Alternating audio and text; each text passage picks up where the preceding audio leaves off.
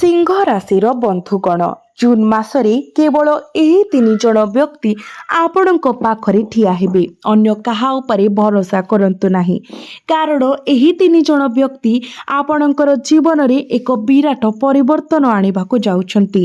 सेमाने आपणकर दुर्भाग्य को महान सौभाग्य रे परिणत करिबाकु स्थिर होइछंती। बंधु माने जून मास सारा आपणकु बहुत शुभ खबर मिलिबो। गत 4-5 मास मध्यरे अनेक लोक आपणक सहित विश्वासघातकता करिसेंती एवं आपणकर आशा भांगी जाइछि। आपण एपरि जणे व्यक्तिंक पई इच्छा करिथिले जे आपणकु निस्वार्थपर भावरे समर्थन करिवे, जणे जे आपणको प्रकृत रे बुझिबे एवं आपणकर भावना को मूल्य देबे। आउ देखंतु जून मासरे एही 3 जण व्यक्ति आपणक पाखरे ठिया हेबे एवं आपणको तांकर निस्वार्थपर सहायता प्रदान करिवे। ଏହା ବ୍ୟତୀତ ଏହି 3 ଜଣ ବ୍ୟକ୍ତି ଆପଣଙ୍କର ଜୀବନରେ ପ୍ରବେଶ କରିବା ମୁହୂର୍ତ୍ତରେ ଆପଣ ଶେଷରେ ଆପଣ ସହି ଆସୁଥିବା ଦାରିଦ୍ର୍ୟ, ଆପଣ ସଂଘର୍ଷ କରୁଥିବା ଋଣ, ନିରନ୍ତର ଘରୋଇ କଳହ ଏବଂ ଆପଣଙ୍କୁ ସହିବାକୁ ବାଧ୍ୟ କରାଯାଇଥିବା ମାନସିକ ଚାପରୁ ମୁକ୍ତି ପାଇବେ। कारण सेमानंकर आभा सेमानंकर शक्ति आपणक पई अत्यंत शक्तिशाली एवं अत्यंत शुभ। जेतेबेले सेमानंकर पाद आपणक घरर द्वार देश अतिक्रम करे, एहाकु एक संकेत भावरे भावंतु जे देवी लक्ष्मी स्वयं आपणक घरे प्रवेश करिछंती। आपणक परिवार उपरे धन एवं समृद्धि वर्षा हेबा आरंभ करिब एवं आपणक जीवनरु समस्त नकारात्मकता दूर होइजिब। तो एही 3 व्यक्ति किए मु एही भिडियो रे आपणको एहा प्रकाश करिबाकु जाउछि। तथापि बंधु माने सतर्क रुहंतु। आजिर एही भिडियो रे मु आपणको कहिबी जे जून मासरे आपणको केउ 3 जनक ठारू दूरे रहिबाको पड़िबो, कारण जेतेबेले एही 3 जण व्यक्ति आपणक मुहरे मिठा कथा कुहंती और आपणको प्रशंसा करती, सेमानंकर हृदय आपणक प्रति एक गभीर घृणा पोषण करे। सेमाने भीतरे सबुबेले ईर्षा द्वारा ग्रासित हुअन्ति। प्रकृत रे एही 3 जनक जोगु ही आपण वर्तमान आपणकर जीवन रे एते कष्ट सहुछंती। बंधु माने एही 3 जण व्यक्ति किए मु आपणको एही वीडियो रे समस्त विवरण प्रदान करिबी, किंतु वीडियो रे आग को बढ़िबा पूर्वरु आपण माने प्रथमे वीडियो को लाइक करी चैनल को सब्सक्राइब करि दियंतु, कारण एही वीडियोटी आपणक पई अत्यंत गुरुत्वपूर्ण अटे। बंधु माने आपणकर हेउचे सिंह राशि एवं आपणकर राष्ट्राधिपति हेउचंती सूर्य। तो बंधु माने राशि चक्रर प्रथम राशि हेउचे मेष राशि एवं मेष राशि रे जन्मित व्यक्ति माने आपणकर जीवन रे एक आशीर्वाद ठारू कम प्रमाणित हेबे नाही। मेष राशि रो व्यक्ति माने आपणकर भाग्य को आलोकित करिवे एवं आपणको महान भाग्य आनी देबे। जदि आपणकर आखपाखरे मेष राशि रो कोनोसी व्यक्ति अछंती, पुरुष हुअन्तु अथवा महिला, तेबे सेही व्यक्ति आपणकर भाग्य को वृद्धि करिबाकु जाउछंती। से आपणकर दुर्भाग्य को सौभाग्य रे परिणत करिबाकु जाउछंती। आपण होइतो लक्ष्य करिथिबे जे किछि समय धरि सिंह राशि रो व्यक्ति विशेष मानक द्वारा करा जायथिबा प्रत्येक प्रयास बहुत मंथर गति रे आगको बढ़ुछि। केतेक समय शेष मुहूर्त रे आपणकर कठिन परिश्रम संपूर्ण भावरे नष्ट होई जाय। आपणकर कार्य अटकी जाउछि। दिन को दिन आपणकर चिंता एवं चाप धीरे धीरे वृद्धि पाउछि। जे उच्च गुड़िकरू आपण उच्च आशा रखिथिले ताहा मध्य आपणको निराश करिछि। तथापि एही जून मासरे गुरुंकर राशि परिवर्तन गुरु आपणकर द्वादश भावरे गोचर करुछंती, जहा फलरे मंगल ग्रहंक द्वारा शासित मेष राशि आपणकर जीवन पाई अत्यंत शुभ साब्यस्त हेबे। जदि आपणक चारि पाखरे मेष राशि व्यक्ति अछंती, तेबे आपण निश्चित भावरे सेमानंकर साथ एवं समर्थन खोजिबा उचित। मेष राशि व्यक्ति आपणक जीवन रे प्रवेश करिबा क्षणी एहाको एक संकेत बोली विवेचना करंतु जे वर्तमान आपणक पथ को बाधा देउथबा समस्त बाधा दूर होइजिबो। आपणकर अटकी रहितिबा प्रकल्प गुड़िक शेषरे समाप्त हेबा आरंभ करिब। आपण यथा संभव मेष राशि व्यक्ति सहित आपणकर सामाजिक संपर्क वृद्धि करबाको चेष्टा करिबा उचित। आपण सेमानंको आपणक घर को निमंत्रण करि पारिबे किंबा सेमानंकर परामर्श नहीं पारिबे। सेमानंकर परामर्श आपणक पई एक खेल परिवर्तक साब्यस्त होई पारे, अर्थात गेम चेंजर होई पारे। बहुत समय धरी आपण गभीर भावरे निराशा अनुभव करुछंती। आपण जीवन रे किछि गुरुत्वपूर्ण हासिल करबाको आकांक्षा करंती, किंतु यह अनुभव हुए जेपरि केही आपणक पाखरे ठिया हेउ नाहंती। आपणकर आत्मविश्वास संपूर्ण भावरे ह्रास पाइछि। यह अनुभव हुए जेपरि यह संपूर्ण भावरे लोप पाइछि। तथापि एही जून रे मेष राशिर व्यक्तिंक प्रभाव जोगु आपणकर आत्मविश्वास पुनरुद्धार हेबो। जदि आपणको कोनोसी आर्थिक सहायता आवश्यक हुए तेबे मेष राशिर जन्मित व्यक्ति विशेष माने आपणको आर्थिक सहायता प्रदान करि पारिबे। एबे आमे परवर्ती राशि विषय कहिबाकु जाउछु एवं ताहा हेउछि धनु राशि। धनु राशिर जन्मित जणे महिला मां लक्ष्मीक स्वरूप भावरे आपणक निकटरे उभा हेबे। एही जून मासरे से आपणकर घर एवं पारिवारिक जीवन रे सुख एवं शांति आनिबा पई जाउछंती। से जणे मार्गदर्शक भावरे कार्य करिवे, आपणको सठिक पथ आड़को इंगित करिवे। जदि आपण सिंह राशिर अटंती एबे मो आपणको ध्यान देई सुनिबाको अनुरोध करूछि एवं आपणकर निकटतम मंडली रे जणे धनु राशिर महिला अछंती। हुएत आपणकर भौणी, बंधु किंबा अन्य केही हुअन्तु। आपण पुरुष हुअन्तु, जदि आपण पुरुष से आपणकर भाग्य खोलिबार चाबिकाठी धरिछंती, तेनु आपण तांको कथा मानिबाको पड़िबो। आपण तांकर परामर्श को गंभीरतार सहित विचार करबाकू पड़िबो। आपण बहुत समय धरी लक्ष्यहीन भावरे बुलुछंती, आपण सठिक पथ पाई पारु नाहंती। धनु राशिर जणे महिला जे आपणको सही सठिक पथ देखाइबे। यह व्यतीत जणे धनु राशिर महिला आपणकर अंतर्निहित शक्ति एवं जीवन शक्ति को परिष्कार एवं वृद्धि करिबारे साहाय्य करिवे। अतीतरे कौन हेउथिला, आपण जो कठिन परिश्रम करितिले तार फल मध्य पाई पारु नथिले। आपण कोनोसी स्थान रे पसी रहितिबा भली अनुभव करुथिले। वर्तमान आपणकर लग्न रे केतु गोचर करुथबारु आपण गभीर एकाकिता अनुभव करुछंती, किंतु एबे एही एकाकिता को किए दूर करिवो। धनु राशिर जणे महिला बंधु माने से आपणकर भौणी होई पारंती, आपणकर मां होई पारंती किंबा आपणकर स्त्री होई पारंती किंबा जणे भल बंधु होई पारंती किंबा आपणकर कर्म क्षेत्र रे जणे महिला सहकर्मी मध्य होई पारंती। तेणु जदि आपण धनु राशिर जणे महिला को जानिछंती तेबे तांको सहित बंधुता स्थापन करंतु। आपण तांको भौणी भाबरे आलिंगन करि पारिबे।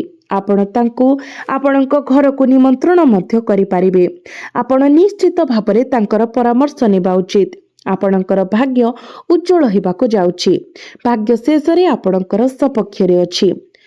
धनु राशिर अधिपति हेउछंती देवगुरु बृहस्पति एवं वर्तमान गुरु कर्कट राशि रे उच्चस्थ अछंती, जहा फलरे धनु राशिर शासक वर्तमान अत्यंत शक्तिशाली एवं आपणक निजस्व राशिर शासक सूर्य वर्तमान आपणकर दशम भावरे क्यारियर भावरे अवस्थित। तेणु आपण एबे आपणकर वृत्तिगत पथरे मध्य गुरुत्वपूर्ण सहायता पाइबे धनु राशिर जणे महिलांक ठारू। तेणु जदि आपण चाकरी खोजुछंती, जदि आपण एक नूतन उद्यम आरंभ करिबाकू जाउछंती किंबा व्यवसाय आरंभ करिबाकू जाउछंती, तेबे धनु राशिर जणे महिला आपणक पई बहुत सहायक हेबे। आपणकर भाग्य वृद्धि करुथबा भावरे विवेचना करंतु। वर्तमान परवर्ती राशि हेउछि तुला राशि। तुला राशिर अधिपति हेउछंती शुक्र, जेतेबेले कि आपणकर शासक ग्रह हेउछंती सूर्य। सूर्य एवं शुक्र उभयଙ୍କୁ महान ग्रह सहयोगी भावरे विवेचना करा जाए। जेतेबेले सूर्य एवं शुक्र समान होती बुझंतु जे शक्तिशाली साम्राज्य निर्माण करा जाई पारिबो। तुला एवं सिंह उभय राशिर व्यक्ति मानकु सामिल करुथबा एक परिवार हेउछि एक घर जोठारे सुख एवं समृद्धि सर्वदा विराजमान करे। तथापि यह गुरुत्वपूर्ण, एठारे मध्य प्रयोज्य किछि निर्देश एवं शर्तावली अछि। आमे सेही विवरणी गुड़िको परे आलोचना करिबो। तथापि जेतेबेले तुला एवं सिंह एकाठी हुअंती ନିଶ୍ଚିତ ରୁହନ୍ତୁ ଯେ ଚିନ୍ତା ଏବଂ ଚାପ ଦୂର ହୋଇଯିବ। ଯଦି ଆପଣ ବର୍ତ୍ତମାନ ଡିପ୍ରେସନ ସହିତ ସଂଘର୍ଷ କରୁଛନ୍ତି ତେବେ ସେହି ବୋଝ ମଧ୍ୟ ଦୂର ହୋଇଯିବ। ତେଣୁ ଯଦି ଆପଣଙ୍କର ଆଖପାଖରେ ତୁଳା ରାଶିର ଜଣେ ପୁରୁଷ ଅଛନ୍ତି ତେବେ ନିଶ୍ଚିତ ଭାବରେ ତାଙ୍କ ସହିତ ଆପଣ ବନ୍ଧୁତା ସ୍ଥାପନ କରନ୍ତୁ। ଯଦି ସେ ଜଣେ ସମ୍ପର୍କୀୟ ଅଟନ୍ତି ତେବେ ଆପଣ ନିଶ୍ଚିତ ଭାବରେ ତାଙ୍କୁ ଆପଣଙ୍କ ଘରକୁ ନିମନ୍ତ୍ରଣ କରିବା ଉଚିତ। ତଥାପି ଗୋଟିଏ କଥା ମନେ ରଖନ୍ତୁ, ଯଦି ଆପଣଙ୍କର ପାଖରେ ତୁଳା ରାଶିର ବ୍ୟକ୍ତି ଅଛନ୍ତି ତେବେ ସେମାନଙ୍କୁ କିଛି ପ୍ରକାରର ଖାଦ୍ୟ ପ୍ରଦାନ କରନ୍ତୁ। ଘରକୁ ଖାଇବାକୁ ଡାକନ୍ତୁ। ଆପଣ ସେମାନଙ୍କୁ ବାହାରକୁ ମଧ୍ୟ ଖାଇବାକୁ ନେଇଯାଇପାରିବେ। ଏକ ନିର୍ଦ୍ଦିଷ୍ଟ ଖାଦ୍ୟ ଖୁଆଇ ପାରିବେ କିମ୍ବା କେବଳ ଏକ ଟ୍ରିଟ୍ ପ୍ରଦାନ କରିପାରିବେ। ଯଦି ସେମାନେ ଅଫିସରେ ଆପଣଙ୍କର ସହକର୍ମୀ ତେବେ ସେଠାରେ ସେମାନଙ୍କୁ କିଛି ଖାଇବାକୁ ଦିଅନ୍ତୁ। ସେମାନଙ୍କ ପାଇଁ କିଛି କରିବା ପାଇଁ ଚେଷ୍ଟା କରନ୍ତୁ। ଏଭଳି କରିବା ଦ୍ୱାରା ଆପଣଙ୍କର ଜୀବନରେ ଶୁକ୍ରଙ୍କର ପ୍ରଭାବ ଦୃଢ଼ ହେବ ଏବଂ ଫଳସ୍ୱରୂପ ଆପଣଙ୍କର ଚିନ୍ତା ଏବଂ ଚାପ ଦୂର ହେବାରେ ସାହାଯ୍ୟ କରିବ। ଯଦି ଆପଣ ମାନସିକ ଭାବରେ ଭାରାକ୍ରାନ୍ତ ଅନୁଭବ କରୁଛନ୍ତି କିମ୍ବା ଅନିଦ୍ରା ସହିତ ସଂଘର୍ଷ କରୁଛନ୍ତି ତେବେ ଆପଣ ଏହି ସମସ୍ୟା ଗୁଡ଼ିକରୁ ମଧ୍ୟ ଯଥେଷ୍ଟ ଆରାମ ପାଇବେ। ତୁଳା ରାଶିର ପୁରୁଷ ଆପଣଙ୍କୁ ସଠିକ୍ ପଥ ଆଡ଼କୁ ଯିବାରେ ସାହାଯ୍ୟ କରିବେ। ଏହା ବ୍ୟତୀତ ଯଦି ଆପଣ ବର୍ତ୍ତମାନ କୌଣସି ଆଇନଗତ ବାଧାର ସମ୍ମୁଖୀନ ହେଉଛନ୍ତି କିମ୍ବା ନିଜକୁ ଦ୍ୱନ୍ଦ୍ୱରେ ପକାଇବାର ପାଉଛନ୍ତି ତେବେ ତୁଳା ରାଶିର ପୁରୁଷ ଆପଣଙ୍କୁ ସେହି ବିଷୟ ଗୁଡ଼ିକର ସମାଧାନ କରିବାରେ ଯଥେଷ୍ଟ ସହାୟତା ପ୍ରଦାନ କରିପାରିବେ। ସଂକ୍ଷେପରେ ଜୁନ୍ ମାସରେ ଆପଣଙ୍କର ଜୀବନରେ ତୁଳା ରାଶିର ବ୍ୟକ୍ତି ଉପସ୍ଥିତ ରହିବା ଆପଣଙ୍କ ପାଇଁ ଅତ୍ୟନ୍ତ ଲାଭଦାୟକ ପ୍ରମାଣିତ ହେବ। ଏବେ ଆସନ୍ତୁ ସେହି 3 ଜଣ ନିର୍ଦ୍ଦିଷ୍ଟ ବ୍ୟକ୍ତିଙ୍କ ବିଷୟରେ କଥା ହେବା ଯେଉଁମାନଙ୍କ ଠାରୁ ଆପଣଙ୍କୁ ସତର୍କ ରହିବାକୁ ପଡ଼ିବ। ମୁଁ ସେମାନେ କିଏ ତାହା ପ୍ରକାଶ କରିବା ପୂର୍ବରୁ ଦୟାକରି ଭିଡ଼ିଓକୁ ଲାଇକ୍ କରି ଚ୍ୟାନେଲକୁ ସବସ୍କ୍ରାଇବ୍ କରିଦିଅନ୍ତୁ। ସିଂହ ରାଶିରେ ଜନ୍ମିତ ବ୍ୟକ୍ତିବିଶେଷମାନେ ସର୍ବଦା ଏକ ଗଭୀର ଇଚ୍ଛା ପୋଷଣ କରନ୍ତି ଯେ କେହି ଜଣେ ଆସି ସେମାନଙ୍କୁ ନିଃସ୍ୱାର୍ଥପର ଭାବରେ ସାହାଯ୍ୟ କରୁ। ସିଂହ ରାଶିର ଲୋକମାନେ ପ୍ରାୟତଃ ନିଜ ଜୀବନରେ ଖୁସି ଆଣିବା ପାଇଁ ସଂଘର୍ଷ କରନ୍ତି, ତଥାପି ସେମାନେ ସେମାନଙ୍କ ଚାରିପାଖରେ ଥିବା ଲୋକଙ୍କ ଜୀବନରେ ଆନନ୍ଦ ଆଣନ୍ତି। ଜଣେ ଭାଇ, ଭଉଣୀ, ବନ୍ଧୁ କିମ୍ବା ପଡ଼ୋଶୀ ହୁଅନ୍ତୁ, ସେମାନେ ନିରନ୍ତର ଅନ୍ୟମାନଙ୍କର ଜୀବନରେ ଏକ ଗୁରୁତ୍ୱପୂର୍ଣ୍ଣ ଯୋଗଦାନକାରୀ ଭୂମିକା ଗ୍ରହଣ କରନ୍ତି। ତଥାପି ସିଂହ ରାଶିର ବ୍ୟକ୍ତିଙ୍କ ପାଇଁ ଅନ୍ତର୍ନିହିତ କଷ୍ଟ ହେଉଛି ଯେ ସେମାନେ ପ୍ରତିବଦଳରେ କିଛି ପାଆନ୍ତି ନାହିଁ, ବରଂ ସିଂହ ରାଶିର ଲୋକମାନେ ପ୍ରାୟତଃ କେବଳ ତାଚ୍ଛଲ୍ୟ ଏବଂ ଅଭିଯୋଗର ସମ୍ମୁଖୀନ ହୁଅନ୍ତି। ଲୋକମାନେ ଆପଣଙ୍କର ସାମାନ୍ୟତମ ଭୁଲକୁ ମଧ୍ୟ ଧରିବାକୁ ଚେଷ୍ଟା କରନ୍ତି ଏବଂ ଆପଣ ସେମାନଙ୍କ ପାଇଁ କରିଥିବା ପ୍ରଚୁର ପରିମାଣକୁ ସମ୍ପୂର୍ଣ୍ଣ ଭାବରେ ଭୁଲିଯାଆନ୍ତି।